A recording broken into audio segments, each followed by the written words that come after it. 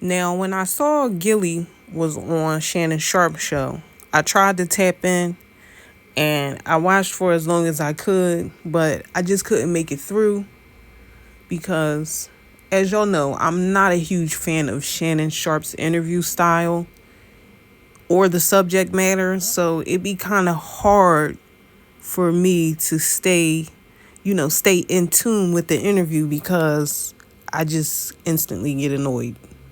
And of course, this interview was no different. Now, Gilly was on the show discussing the passing of his son, which, when he was discussing that part, I just felt, as a mother, listening to him speak about his son in that fashion, I was kind of disgusted, but I was thinking to myself, maybe I'm thinking too far into it and I'm putting myself in the mother's shoes too much, and maybe I'm thinking about it from the wrong direction.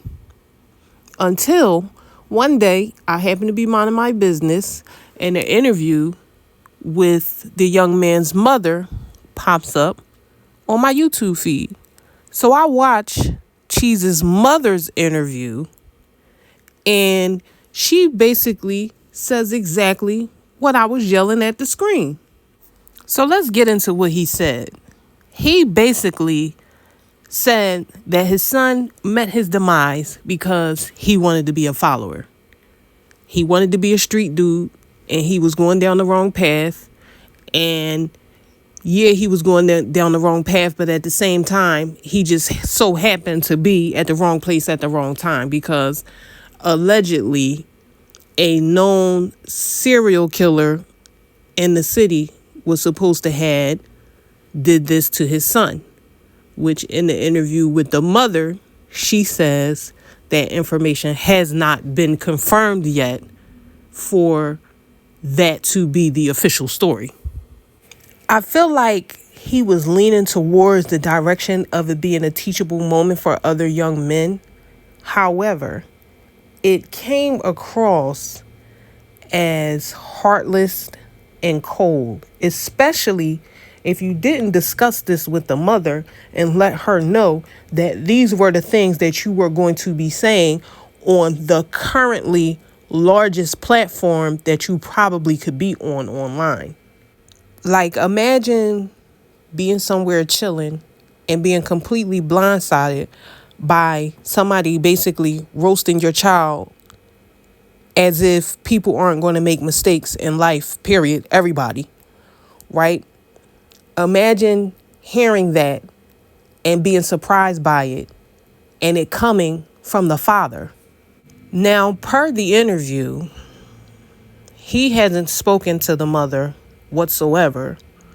So it's evident that he didn't care how she would feel about her and the rest of the world hearing what he thought about their son. In regards to this young man being a follower,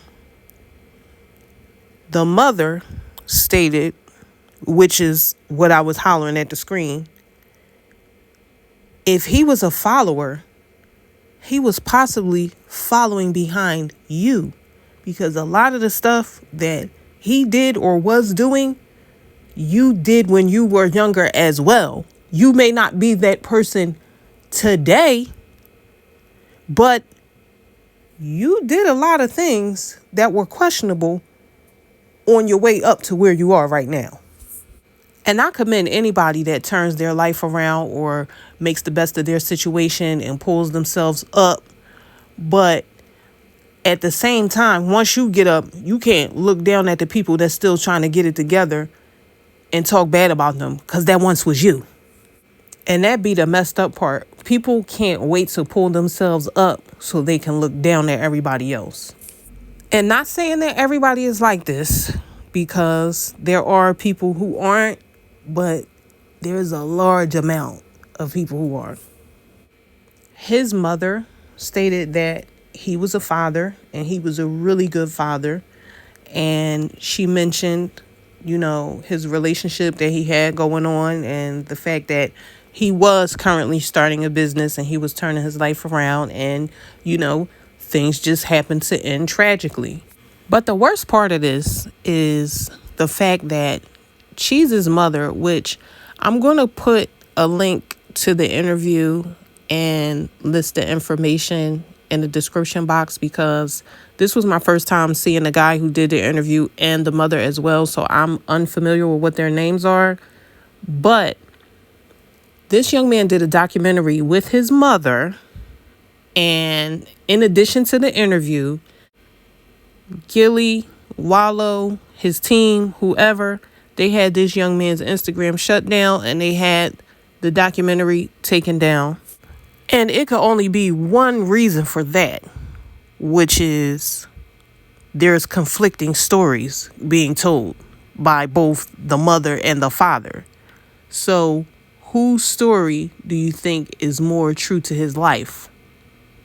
Because the mother also discloses that Gilly was not in his life until later on, because they got a DNA test when he was a little older.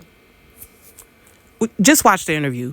But it's not the traditional story of, a guy and a girl getting together and having a baby.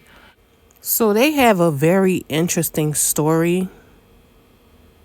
And listening to it from both sides and hearing it from the mother, something about this just doesn't seem right. And I don't want to say too much, but I definitely feel like something fishy is going on.